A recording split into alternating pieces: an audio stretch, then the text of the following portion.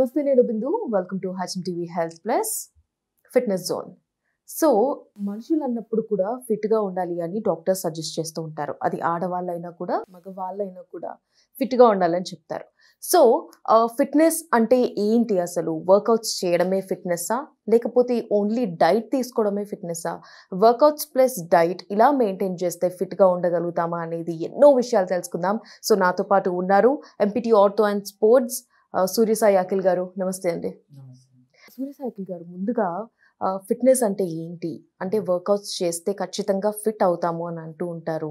So ఫిట్నెస్తో ఇంకా ఏం చేయాలంటారు? ముఖ్యంగా ఆడవాళ్ళలో ఫిట్నెస్ అనేది రియల్లీ ఇంపార్టెంట్ అంటారు. సో ఏం చెప్తారు మీరు దానికి సంబంధించి? It's always importance. Fitness have a lot of importance for everybody. It's maybe male or female, child or old, whoever it is. It's not related to age. It's always important. So పర్టికులర్గా మనం ఉమెన్స్కి తీసుకుంటే వాళ్ళకి చాలా important. ఎందుకు అంటే morning నుంచి evening వరకు వాళ్ళు చాలా యాక్టివిటీస్ చేస్తారు. లైక్ వర్కింగ్ ఉమెన్స్ అవ్వచ్చు, హౌస్ హోల్డ్ ఉమెన్స్ అవ్వచ్చు. So whatever they are, they have to maintain proper diet as well as exercise. అంటే ఇప్పుడు ఓన్లీ ఎక్సర్సైజే చేస్తే అయిపోతుందా అంటే నో, విత్ ప్రాపర్ డైట్. ఎందుకంటే మన బాడీకి ఒక రెస్పాన్స్ ఉంటుంది. సో ఆ రెస్పాన్స్కి తగ్గట్టుగా, అంటే ఇప్పుడు మనం మార్నింగ్ లెగుస్తుంటే ఈవినింగ్ వరకు ఒక యాక్టివిటీ చేస్తున్నాం. ఏ యాక్టివిటీని బట్టి, అంటే మీరు ప్రొలాంగ్డ్గా ఫిజికల్ యాక్టివిటీ ఎక్కువగా ఉంది మీకు, for example prolong physical activity ఉన్నప్పుడు ఏం చేయాలి అంటే వాళ్ళకి క్యాలరీ ఇంటేక్స్ అనేవి, కార్బోహైడ్రేట్స్ అనేవి కొంచెం ఎక్కువగా తీసుకోవాలి యాక్టివిటీ ఎక్కువగా ఉన్నప్పుడు. ఎందుకంటే ఎక్కువ కార్బోహైడ్రేట్స్ తీసుకున్నప్పుడు ఆ బర్నింగ్ అనేటివి వర్కౌట్ అవుతుంది. అంటే వెయిట్ లాస్ కాకుండా I'm saying to maintain a proper fitness. అంటే ఆల్రెడీ ఫిట్గానే ఉన్నారు, బరువు ఎక్కువ ఉంటే మళ్ళీ వేరే ఉంటుంది, బరువు తక్కువ ఉంటే వేరే ఉంటుంది. ఒక నార్మల్ పర్సన్కి, ఒక నార్మల్ వితౌట్ ఎనీ కాంప్లికేషన్స్ ఉన్న వాళ్ళకి నేను ఏమంటున్నాను అంటే, మీరు ఒక కార్బోహైడ్రేట్స్, ఒక లిమిటెడ్ కార్బోహైడ్రేట్స్ తీసుకొని అంతే కార్బోహైడ్రేట్స్ లైక్ తీసుకునేవి బర్న్ అయిపోయేలాగా డే మొత్తంలో. ఫర్ ఎగ్జాంపుల్ 1500 క్యాలరీస్ ఇంటేక్ తీసుకున్నారు. 1500 కిలో క్యాలరీస్ ఇంటేక్ తీసుకున్నప్పుడు 1500 కిలో క్యాలరీస్ బర్న్ అయిపోవాలి. అప్పుడు ఏమవుతుంది అంటే మీరు వెయిట్ పుట్ ఆన్ అవ్వరు, యాజ్ వెల్ యాజ్ లూజ్ అవ్వరు. సో మెయింటైన్ అవుతారు. సో ఒక నార్మల్గా ఎప్పుడు ఎలా ఉండాలి అంటే, మార్నింగ్ నుంచి ఈవినింగ్ వరకు మీరు స్టాండింగ్ చేస్తున్నారా, వాకింగ్ చేస్తున్నారా, లేదు అంటే ప్రొలాంగ్డ్గా ఏ వర్క్ యాక్టివిటీని మీరు డిపెండ్ అయి ఉంటుంది. ఒక్కొక్క యాక్టివిటీకి ఒక్కొక్కలాగా వర్కౌట్ అవుతుంది. అంటే ఇన్స్టాంట్గా ఎనర్జీ రిలీజ్ అయ్యేది వేరే ఉంటుంది, ప్రొలాంగ్డ్గా ఎనర్జీ రిలీజ్ అయ్యేది వేరే ఉంటుంది. సో దాంట్లో ఇన్డెప్త్కి వెళ్తే మళ్ళీ మనకు ఒక పెద్ద బయోకెమిస్ట్రీ సబ్జెక్ట్ వస్తుంది అన్నమాట. లైక్ గ్లైకోలైసిస్ అని, గ్లైకోజన్ అని, అట్లా మొత్తం అన్నీ ఉంటాయి మన బాడీలో. ఇవన్నీ ఏం చేస్తాయి అంటే మనకు లివర్లో స్టోర్ అయ్యి, మజిల్స్లో స్టోర్ అయ్యి, ఫ్యాట్లో స్టోర్ అయ్యి, మన బాడీలో కూడా ప్రతి ప్లేస్లో కూడా కొంచెం ఎనర్జీ స్టోర్ అవుతుంది. సో మెయిన్ ఎనర్జీ ప్రొడక్షన్ అయ్యేది లివర్ నుంచే మనకి. సో ఈ ప్రొడక్షన్ అనేది ఎప్పుడైతే అవుతుందో మనం ఏం చేసుకోవాలి అంటే, నేను చెప్పినవన్నీ క్యాలిక్యులేట్ చేసుకోవాలి మనం. ఓకే. సో ఉమెన్ ఫిట్నెస్ చేస్తూ ఉంటారు, బరువు తగ్గాలి అంటే ఎక్సర్సైజెస్ చేస్తూ ఉంటారు. సో ఎటువంటి వర్కౌట్స్ చేయాలంటారు? సో వర్కౌట్స్ అంటే అదే చెప్పాను. ఫర్ ఎగ్జాంపుల్ కొంతమందికి ఆర్మ్పిట్స్లో లేదా ఆర్మ్స్లో ఎక్కువ ఫ్యాట్ ఉంటుంది, కొంతమందికి అప్పర్ బ్యాక్ సైడ్ బాగా హెవీ ఫ్యాట్ ఉంటుంది, కొంతమందికి బెల్లీ ఫ్యాట్, కొంతమందికి సైడ్స్లో ఉంటుంది, కొంతమందికి బ్యాక్లో ఉంటుంది. సో ఎవ్రీవేర్ ఒక్కొక్క ప్లేస్లో ఒక్కొక్క చోట మీకు డిఫరెంట్. ఆబ్వియస్లీ అంటే కొంతమందికి హెవీగా హెరిడిటీ కూడా ఉంటుంది. హెరిడిటరీ అన్నప్పుడు ఏమవుతుంది అంటే, హెరిడిటరీలో ఆల్రెడీ ఫాదరో మదరో ఒబేస్ ఉంటారు, వాళ్ళ అమ్మమ్మ గారు, తాతయ్య గారు, లేకపోతే నాన్నమ్మ గారు సంథింగ్ అలా ఫ్యాట్, వాళ్ళకు ఒబేసిటీ ఉంటే వీళ్ళ నుంచి వీళ్ళకి ఇలా ఒబేసిటీ ఉన్నప్పుడు ఏమవుతుంది అంటే, కొన్నిసార్లు వర్కౌట్ కావు. కొన్ని సందర్భాల్లో అందరికీ ఎక్సర్సైజే పనిచేయాలని లేదు, కొన్నిసార్లు ఎక్సర్సైజెస్ కూడా వర్కౌట్ కావు. ఎందుకంటే హెరిడిటరీ తాతల నుంచి వచ్చేది ఉంటుంది కదా. సో అప్పుడు ఏంటిదంటే వాళ్ళకి మళ్ళీ వేరే ప్రొసీజర్స్ ఉంటాయి.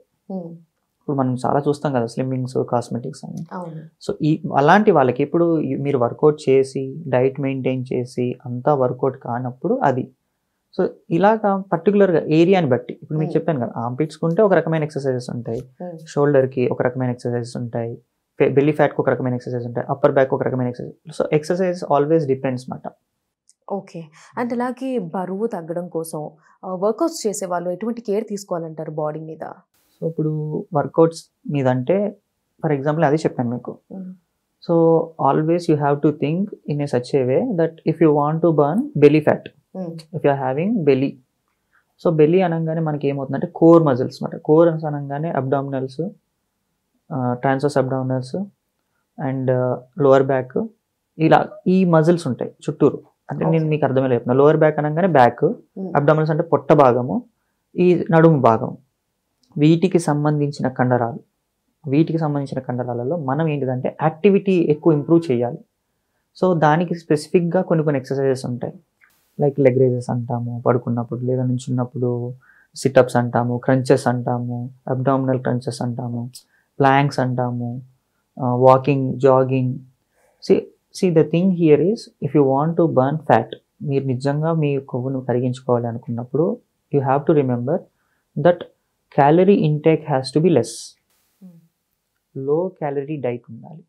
లో క్యాలరీ డైట్ అంటే ఫర్ ఎగ్జాంపుల్ మీరు రోజు 2000 కిలో క్యాలరీలు తింటున్నారు, దాన్ని 1000 కిలో క్యాలరీలకు తీసుకురావాలి. తీసుకొచ్చి ప్రోటీన్ కంటెంట్ని ఇంప్రూవ్ చేసుకోవాలి. ఓకే. అప్పుడు ఏమవుతుంది అంటే మీ బాడీలో ఏదైతే లీవరు, నేను చెప్పాను కదా, లీవర్, మజిల్స్, ఫ్యాట్స్ నుంచి కొన్ని రిలీవ్ లైక్ ఎనర్జీ సోర్స్ తీసుకుంటాయని చెప్పి బ్రేక్ డౌన్ అయితే యాక్చువల్గా ఏమవుతుందంటే దేర్ ఇస్ అ ప్రాసెస్ మాట. అవన్నీ బ్రేక్ డౌన్ అయ్యి చిన్న అమైనో యాసిడ్స్ కింద వీటి కింద కన్వర్ట్ అయ్యి మనకి ఎనర్జీని ఇస్తూ ఉంటాయి. సో ఇక్కడ ఏం జరుగుతుంది అంటే మీరు ఎప్పుడైతే దానికి లివర్కి ఆల్రెడీ స్టోర్ అయి ఉంటుంది కదా మనకు కావాల్సిన ఎనర్జీ, మీరు ఆ ఎనర్జీని మీరు ఇవ్వట్లేదు అనుకోండి, it has to produce some or other way. అప్పుడు ఏం చేస్తుందంటే మజిల్ నుంచి కానీ ఫ్యాట్ నుంచి కానీ తీసుకోవడం స్టార్ట్ చేస్తుంది. ఓకే. సో అప్పుడు మీకు బర్న్ అవ్వడం స్టార్ట్ అవుతుంది ఫ్యాట్. అయితే ఇది మనకి యాక్చువల్గా చూసుకుంటే ఏరోబిక్ ఎనరోబిక్ ఎక్సర్సైజెస్ అంటాం. ఏరోబిక్ ఎనరోబిక్ అంటే మనకు అర్థమయ్యే భాషలో చెప్పాలంటే ఏరోబిక్ అంటే ప్రొలాంగ్ యాక్టివిటీ. ఒక రన్నింగ్ తీసుకుందాం, 500 మీటర్స్ రన్నింగ్, 1000 మీటర్స్ రన్నింగ్ తీసుకుందాం, 2-3 రౌండ్స్ వేయాలి. సో లాంగర్ పీరియడ్ రన్ చేయాలి. ఏరోబిక్ ఎక్సర్సైజ్ జస్ట్ ఇక్కడ నుంచి 100 మీటర్ రన్, స్ప్రింట్ అనుకోండి, 100 metres run, that is anaerobic exercise. అంటే ఏంటిది అంటే ఇన్స్టాంట్గా ఎనర్జీ ప్రొడ్యూస్ చేసేటివన్నిటివి ఎనరోబిక్ ఎక్సర్సైజెస్. స్ట్రెంథనింగ్ తీసుకుందాం, మజిల్ స్ట్రెంథనింగ్ ఎనరోబిక్లోకి వస్తుంది. లేదు మీరు ఫ్యాట్ బర్న్ చేయాలి బాగా, లైక్ జుంబా అంటాం, డ్యాన్స్ యాక్టివిటీస్ చేయిస్తారు బాగా, మజిల్ మూమెంట్స్ ఎక్కువ, షోల్డర్, ప్రతి జాయింట్కి యాక్టివిటీ ఎక్కువసేపు చేయిస్తూ ఉంటారు. సైక్లింగ్ తీసుకుందాం, ప్రొలాంగ్డ్ యాక్టివిటీ. సో యాక్టివిటీ ఎక్కువ ఏదైతే చేస్తామో మీకు ఫ్యాట్ బర్నింగ్ అనేది ప్రాసెస్ స్టార్ట్ అవుతుంది. మనం స్ట్రెంత్ చేసి ఫర్ ఎగ్జాంపుల్ జిమ్కి వెళ్ళి వెయిట్స్ ఎత్తి వెయిట్ లాస్ అవ్వాలి అనుకుంటే కాము. You have to do workouts which is related to the muscle are fat burning. Okay. So ఇతర అనారోగ్య సమస్యలు ఉంటాయి, ఆరోగ్యంగా ఉండాలి అని వాళ్ళు కూడా వర్కౌట్స్ చేయడానికి సిద్ధపడుతూ ఉంటారు. సో అలాంటి వాళ్ళు ఎటువంటి జాగ్రత్తలు తీసుకోవాలంటారు? ఇప్పుడు ఫర్ సపోజ్ బీపీ ఉంటుంది, డయాబెటీస్ ఉంటుంది, లేదా ఆస్తమా ఉంటుంది, బ్రీతింగ్ ప్రాబ్లమ్స్ ఉన్న అనారోగ్య సమస్యలు ఉంటాయి. సో వాళ్ళు ఏంటంటే ఫిట్నెస్ కోసం, బాడీ మనం కూడా స్ట్రెంగ్త్ గెయిన్ చేయడం కోసం చాలా మంది ఎక్సర్సైజెస్ చేస్తుంటారు. సో అలాంటి వాళ్ళు ఏ విధమైన డయాబెటీస్ అనుకున్నాం, డయాబెటీస్ వాళ్ళకి వర్కౌట్ అనేది చాలా మంచిది. Because the insulin they has to produce. అంటే వాళ్ళకి ఏంటిదంటే నేను అదే చెప్పాను కదా, గ్లైకోజన్, గ్లైకోలైసిస్ అవన్నీ ఇవి ఏంటిదంటే బర్న్ అయిపోతూ ఉండాలి ఎప్పటికప్పుడు. వీళ్ళకి ఏంటిదంటే అవ్వకుండా స్టోర్ ఎక్కువైపోయి షుగర్ని స్టిమ్యులేట్ చేస్తూ ఉంటాయి. దానికి కొన్ని హార్మోన్స్ సపోర్ట్ చేస్తూ ఉంటాయి, లైక్ థైరాయిడ్ కానివ్వండి, ఇంకోటి కానీ ఇతరితరవి. సో బ్లడ్ ప్రెషర్ కూడా ఏంటిదంటే one of the other component. ఇప్పుడు షుగర్ని మీకు ఎలా చెప్పాను, బ్లడ్ ప్రెషర్ ఏమవుతుంది అంటే మీరు ఎక్సర్సైజ్ చేసేటప్పుడు ఇంకా పెరుగుతుంది ఆ బ్లడ్ ప్రెషర్. అయితే always you have to check the limitations. Asthma ఉన్నా కూడా, అంటే ఫర్ ఎగ్జాంపుల్ నేను ఇక్కడ నుంచి నార్మల్ పర్సన్ని ఇక్కడ నుంచి ఒక 6 minutes నడిచాను అనుకుందాం. 6 minutes నడిచినప్పుడు నాకు ఒక రకమైన బ్రెత్లెస్నెస్ ఉంటుంది, అంటే ఒక రకమైన హైపోక్సిక్ స్టేజ్. బట్ నేను నార్మల్గా ఎక్కువ గాలి తీసుకుంటే I will be feeling good. వీళ్ళకేంటి, ఆస్తమా ఉన్న వాళ్ళకి 3 minutes 4 minutes they will feel that suffocation. So అక్కడ ఆగిపోయి they have to start take deep breathing and they have to relax. So ఎప్పుడైతే ఇలా చేస్తారో, సో ఇది చేసినప్పుడు దే విల్ గెట్ రిలాక్స్ మాట. అంటే ఆగుతారు కదా, రెస్ట్ దొరుకుతుంది, they have to recover and they have to start again. So ఇలా చెయ్యాలి ఆస్తమా ఉన్న వాళ్ళకి. మీరు షుగర్ ఉన్న వాళ్ళకైతే అలాగేమి ఉండదు, you can do it. Then you have to think about only one thing. మీరు చేసేటప్పుడు మీ షుగర్ లెవెల్స్ మీకు తెలుస్తూ ఉంటాయి, you will feel that giddiness or something, you have to stop there.